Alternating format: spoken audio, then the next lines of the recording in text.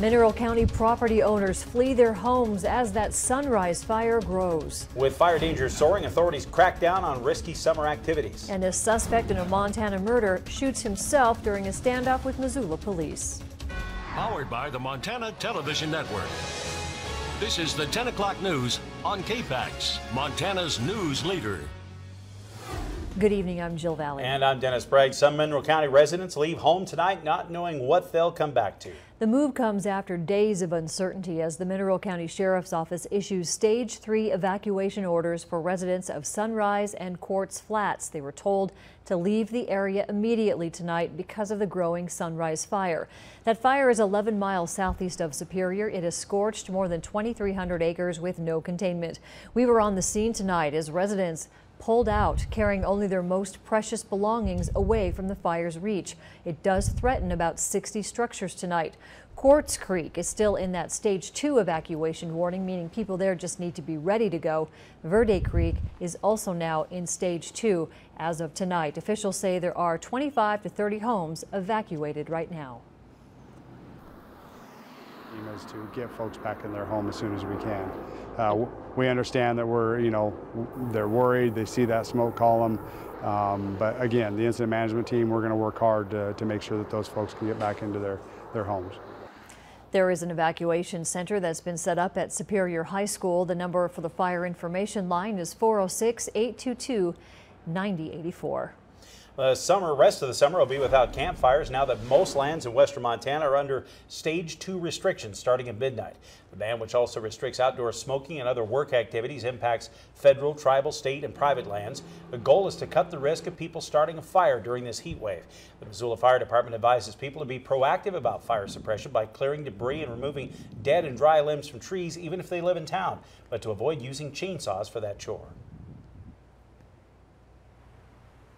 Or just limbing things up, cleaning out your gutters with the pine needles and debris, removing the log piles from underneath your deck. Ravalli, Granite, Lake, Mineral, and Sanders counties, Bitterroot and Lolo National Forest, and the Flathead Reservation are all included in the Stage 2 fire shutdown. In Flathead County, Stage 2 fire restrictions are already in place. Fire Service Manager Lincoln Shute says it's disappointing that in the last 5 days, there have been 22 human-caused preventable fires. We really tried to push the information out to the public that it's dry and we need to take special concerns and cautions, and it didn't work. We're still getting a lot of human-caused fires, and that really forced the fire management into requesting from all the agencies to go to Stage 2 fire restrictions. This fire that happened Sunday along Highway 93 in Kalispell was human-caused. Other fires have been started by leftover campfires, dragging chains, and people throwing cigarettes out their car windows. The fear is how fast these fires can grow. We are aggressively fighting the new fire starts, hitting them with everything we have to keep them small, because we know with the conditions we have, if they get established, the likelihoods they'll be a long duration fire. And that's the real concern with these human-caused fires. If we have one that we don't quite get to quick enough, or two start about the same time, and we don't catch one, it could be with us for months. And the resources nationally are stretched thin. Wind was the big feature tonight across parts of western Montana, and the hot and dry conditions are staying put. Here's Chief Meteorologist Aaron Yost with more on that. Aaron. Yeah, and the wind, a byproduct of some thunderstorm activity to the south of the majority of the viewing area. We did get some showers and thunderstorms developing in southern Ravalli County and all across southwest Montana, something that we are going to be seeing here over the next couple of days. Hamilton today, our First Security Bank iCam showing you some of those hazy skies. You can see the radar not lit up, but a little bit of activity across some of the southwest quarter of the state. Elsewhere, a lot of cloud cover. We will see mostly cloudy skies for many folks in west central Montana tonight. Slim chance of an isolated thunderstorm, but that chance will increase tomorrow.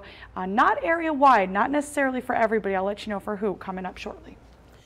In other fire watch coverage tonight, the Lolo Peak fire consumed more timber today as it continues to grow southwest of Missoula.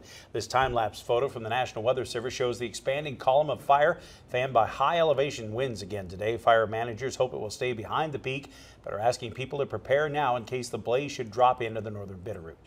The Lolo Peak fire continues to grow steadily, expanding by several hundred acres each day and has now burned over 1,600 acres.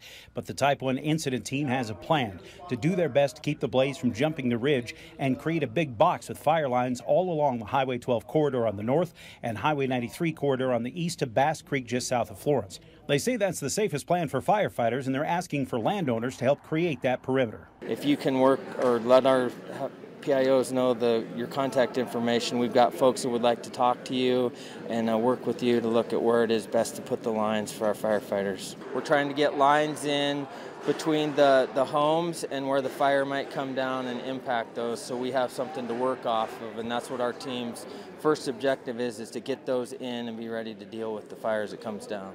Whereas the Lolo Creek fire exploded suddenly 4 years ago, authorities hope they have some time to work with here, that residents living along the perimeter will use that time to be prepared. Take some time, make a plan, and think about it now. The last thing we want to do when any emergency comes in is have to think and plan at the time. When the emergency comes in, we want to be able to just act. For Ravalli County residents, the sheriff encourages people to download the department's free app. We'll be able to push instant messages from our dispatch center to the entire county, anybody that has that app. As long as the notifications are turned on your phone, it will alert you that we've sent a notification. And that's very helpful. We used it a lot last summer. Additionally, residents who want pinpoint warnings can sign on to the new Alert Sense system. It's really easy. It takes about 3 minutes. Through the app, there's a link that's titled Sign Up for Alert Sense. You can hit the link, follow the instructions. You can pick your choice, whether it's email, text message, landline or cell calls, or all of the above. And the advantage to that one is we can geographically target areas. Fire teams are saying there's no way to extinguish the Lolo Peak fire, that the end of the fire totally depends on the weather. In other news tonight, a man who authorities believe killed a woman in Jefferson City over the weekend shot himself during a traffic stop in Missoula. MTN's Don Fisher has been tracking this story throughout the day and has the latest. Shortly before midnight on Tuesday, an individual suspected to be involved in the death of 45-year-old Cassandra Dean Morrison of Jefferson County was located by police in Missoula. Things took an unexpected turn as officers attempted to make contact with the man. Police stopped the vehicle around the 3600 block of Rattlesnake Drive, and as they approached to try and make an arrest, the suspect shot himself with 2 others in the vehicle, leading to his death.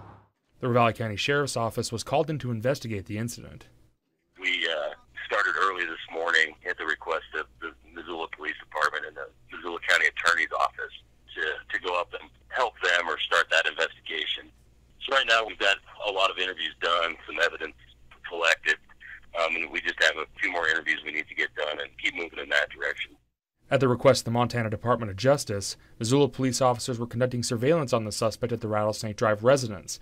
During that time, the suspect and 2 others drove away from the home in the Rattlesnake, so police followed the vehicle and pulled it over. Officers knew the suspect was potentially armed, so they exited the vehicle with weapons drawn and waited for a backup unit to arrive. That's when the suspect shot himself. Holton says having a third-party investigation in these kinds of cases is routine and in no way suggests Missoula officers did anything wrong during the stop. Our understanding of the traffic stop was initiated or beginning when the death occurred. So that turns it into what's turned to custodial death. It's a good practice and really common to bring in another agency and just have an outside set of eyes look and do the investigation.